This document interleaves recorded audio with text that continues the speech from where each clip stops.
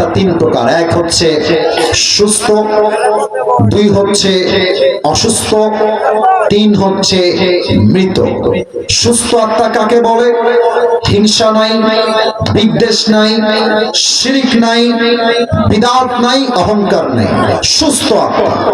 আল্লাহ বলছেন ফালইয়াউমা লা ইয়ানফাউ মালু ওয়ালা বানুন ইল্লা মান আতাল্লাহা বিকলবিন সালিম।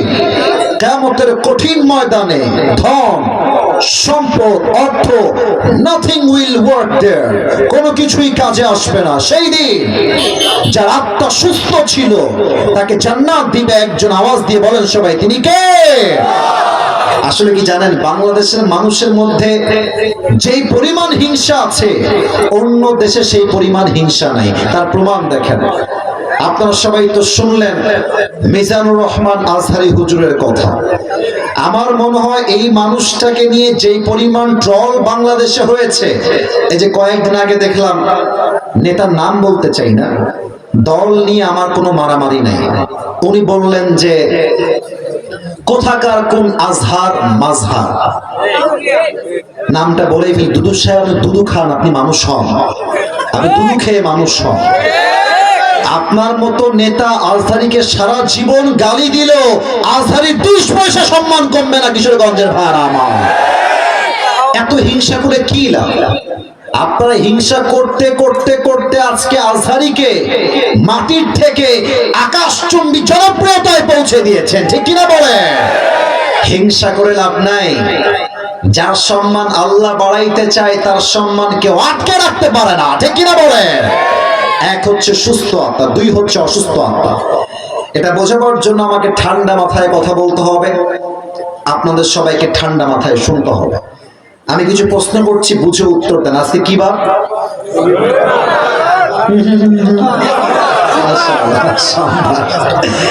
তবে দেখেছেন কত লম্বা ওয়াজ করছি আমি। রবিবারে ওয়াজ শুরু করেছিলাম, সোমবার হয়ে গেছে। বলেন সবাই মারহাবা। প্রিয় ভাইরা, কত সাল আজকে? 2000 কত সাল? মাশাআল্লাহ। কিশোরগঞ্জের শহরে দেখলাম বিশাল বড় একটা মেডিকেল হসপিটাল, বিশাল বড় দেখলাম। আমাদের কিশোরগঞ্জে এখন মেডিকেল আছে, হসপিটাল আছে, ক্লিনিক আছে, ডাক্তারের চেম্বার আছে। এবং কিশোরগঞ্জ হচ্ছে ঢাকার একটা জেলা। ঢাকার মধ্যে ক্লিনিক, ডাক্তারের চেম্বার, মেডিকেল, হসপিটাল, কোনো অভাব নাই। এবার আপনি বলেন তো, আমি যদি আপনাকে 100 বছর আগে নিয়ে যাই, এই মুরব্বী যারা আছেন, মুরব্বী আব্বা জান যারা, একটু এই বিষয়টা বোঝেন। মুরব্বীরা যারা এসেছেন 100 বছর আগে, তখন কি এখনকার মতো মেডিকেল চেম্বার, হসপিটাল, ক্লিনিক ছিল না কবিরাজ ছিল? উত্তরটা দেন না। তখন কি ছিল? কবিরাজ। তো মনে করেন এই গ্রামের নাম কি ভাই? এই গ্রামের নাম লাখপুর। ওই যে ওখান থেকে হেঁটে হেঁটে আসলাম, দেখলাম ওই পাশের রাস্তায় অনেক গাছ গাছালি, বাগান। তো মনে করেন 1925 সালে আমি আসিফ হুজুর এই লাখপুরে ওয়াজ করতে আসছি। 1925 সাল। It has been 100 years, 100 বছর হয়ে গেছে। তো আমি ওয়াজ করতে এসেছি বিকালবেলা, রাতের বেলা আমার ওয়াজ। তো ভাবছি বাড়িতে বসে বসে কি করব, একটু হেঁটে আসি, করিমগঞ্জটা দেখে আসি। তো রাস্তা দিয়ে হাঁটছি, বাগান দিয়ে জাস্ট একটু দাঁড়িয়েছি গাছের ঝোপের পাশে, পা দিয়ে দাঁড়িয়েছি, এমনি দাঁড়িয়ে আছে। হঠাৎ করে ঝোপ থেকে একটা সাপ বের হয়ে আমার পায়ে একটা ছোবল দিয়েছে। সাপের বিষ আমার দেহের মধ্যে ঢুকে গিয়েছে।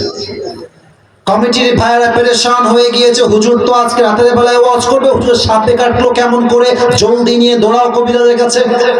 এই সবগুলো আমাকে নিয়ে গেছে কিশোরগঞ্জের সবচেয়ে বড় কবিরাজের কাছে। গিয়ে বলছে, দেখেন তো কবিরাজ সাহেব, আসিফ হুজুর ওয়াজ করতে এসেছিলেন, পায়ে কেটেছে সাপে। এখন তো অনেক মেশিন আছে বোঝার জন্য কোন সাপ বিষটা আদৌ শক্তিশালী না দুর্বল। তখন তো কোনো মেশিন ছিল না। তখন কি ছিল বোঝেন? প্রত্যেকটা কবিরাজের কাছে যদি সাপে কাটলে কেউ যেত, কবিরাজ একটা পিরিচ রাখতেন, বাটি। কি রাখতেন? ডানে ভাইয়ারা বলেছেন, বামের ভাইয়ারা করেন না। কি নাম রাখতেন বলেন? বলেন। বাটি। বাটি বা ব্রিজ, যাই বলেন। তো বাটির একদিকে মরিচ রাখতেন, আর একদিকে লবণ রাখতেন। তো যাকে সাপে কেটেছে তাকে বলতেন, এদিকে আসো, জিহবা বের কর। জিহবা বের করতো, কবিরাজ সাহেব মরিচটা নিয়ে এখানে জিহবায় এই জায়গায় দিতেন, আর বলতেন, ভাই মরিচের স্বাদটা কেমন লাগে আপনার, জিজ্ঞেস করতাম। তো যদি যুবক বলতো যে কবিরাজ সাহেব আমার তো স্বাদটা আজকে কেমন যেন মরিচের পাইনসা পাইনসা লাগে, একটু ঝাল লাগে না, সঙ্গে সঙ্গে কবিরাজ সাহেব বুঝে ফেলতেন এটা কোনো ধরা সাপ নয়, বরং বিষাক্ত সাপের ছোবল লেগেছে। ঠিক কিনা বলেন? কেমনে বুঝতেন? কারণ সাপের বিষ যখন বিষধর হয়, মানুষের দেহে এই বিষ যখন প্রবেশ করে, মানুষের দেহের প্রথম ক্ষতি হয়, জিহ্বার স্বাদ মরে যায়। কোনটা মিষ্টি, কোনটা টক, কোনটা ঝাল তখন আর বুঝে আসে না। ঠিক আল্লাহর হাবিব বলেছেন, মানুষের জীবনে সবচাইতে বড় বিষাক্ত সাপের নাম হলো শয়তান। এত আস্তে ঠিক বললেন কেন? সাপে ছোবল দিলে জিহ্বার স্বাদ নষ্ট হয়ে যায়, আর শয়তান ওয়াসওয়াসায় ফেললে ইমানের স্বাদ নষ্ট হয়ে যায়। তখন বোরকা পরতেও ভাল লাগে, পার্কে গিয়ে প্রেম করতেও ভাল লাগে। এই কথা বুঝলে বুঝপাতা, না বুঝলে। আচ্ছা বলেন তো, বাংলাদেশের মাটিতে এমন অনেক মেয়ে আছে না নাই যেই মেয়েগুলো বোরকা পরে প্রেম করে বেড়ায়? আছে, আছে, আছে, আছে। হাতেও মোজা, পায়েও মোজা, মুখটাও ঢাকা, কিন্তু যখন পার্কে গিয়ে প্রেম করে বেড়ায়, আমার মনে হয় এই মেয়েগুলো নামে দিনদার হতে পেরেছে, আসলে তা দিনদার হতে পারে না। ঠিক কিনা বলে? আচ্ছা রাত কি খুব বেশি হয়ে গেছে? দুইজন কই যায়? আমার কথা রাখেন ভাই, আমি কিন্তু 1 ঘন্টা সময় দেওয়ার জন্য এখানে এসেছি। যদি আপনারা চান সময় বেশি দিব, আপনারা না চাইলে আমার অল্প সময় আমি শেষ করে দিব। সবাই 2 হাত তোলেন, সবাই 2 হাত, সবাই 2 হাত। আমি যেটা বলি সেইটা বলেন, আমি যেটা বলি সেটা বলেন। বলেন সবাই হুজুর। আসতে না, বলেন সবাই জোরে হুজুর। আমরা কিশোরগঞ্জের সন্তান, আপনাকে,